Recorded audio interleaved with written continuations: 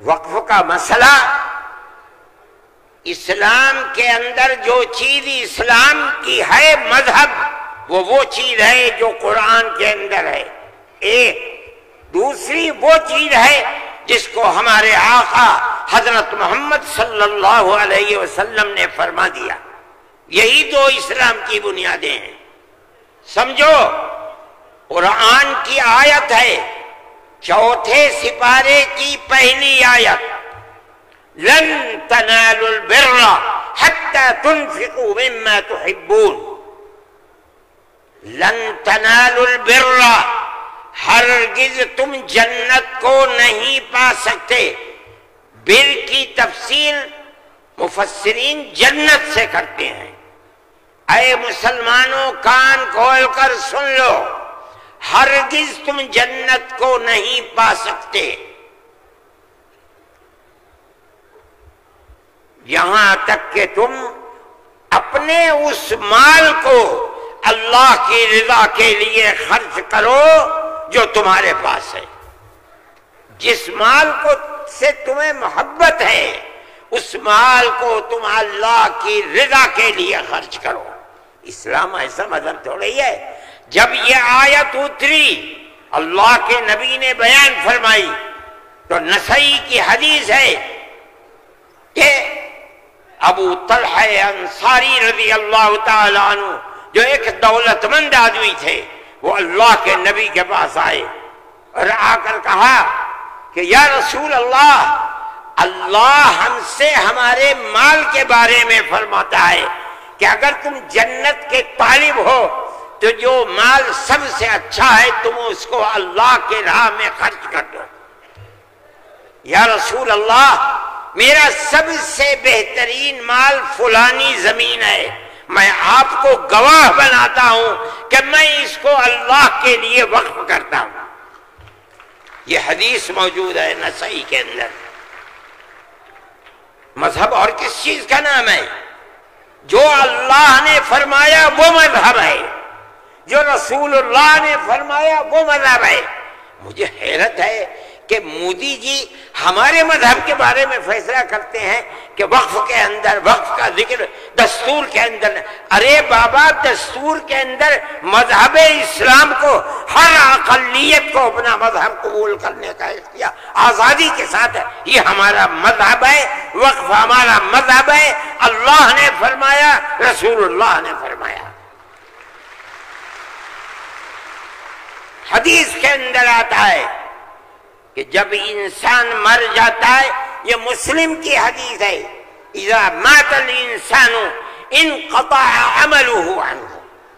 جب آدمی مر گیا، اب اس کے اندر کام کرنے کی طاقت بھی نہیں ہے۔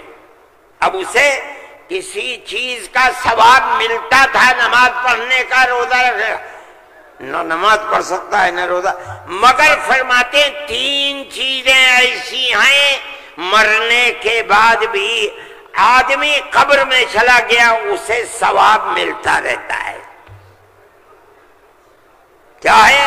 اس کے اندر پہلی چیز ہے صدقۃ جاریۃ، ایسا صدقہ کر کے جانا کہ جو اس کا ثواب برابر جاری رہے۔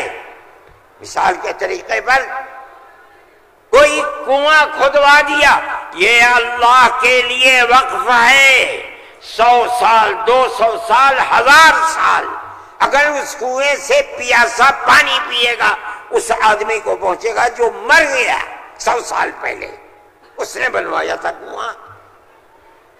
اسی لیے مسلم کی روایت ہے، اور وہ اس کے شارح امام نووی فرماتے ہیں کہ مراد اس سے وقف ہے۔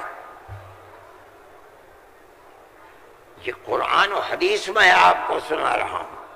مجھے حیرت ہے کہ ہندوستان جیسے ملک کا وزیر اعظم ایسی بات کہہ رہا ہے، ارے بابا کیا زکوٰۃ کا ذکر آئے گا دستور کے اندر؟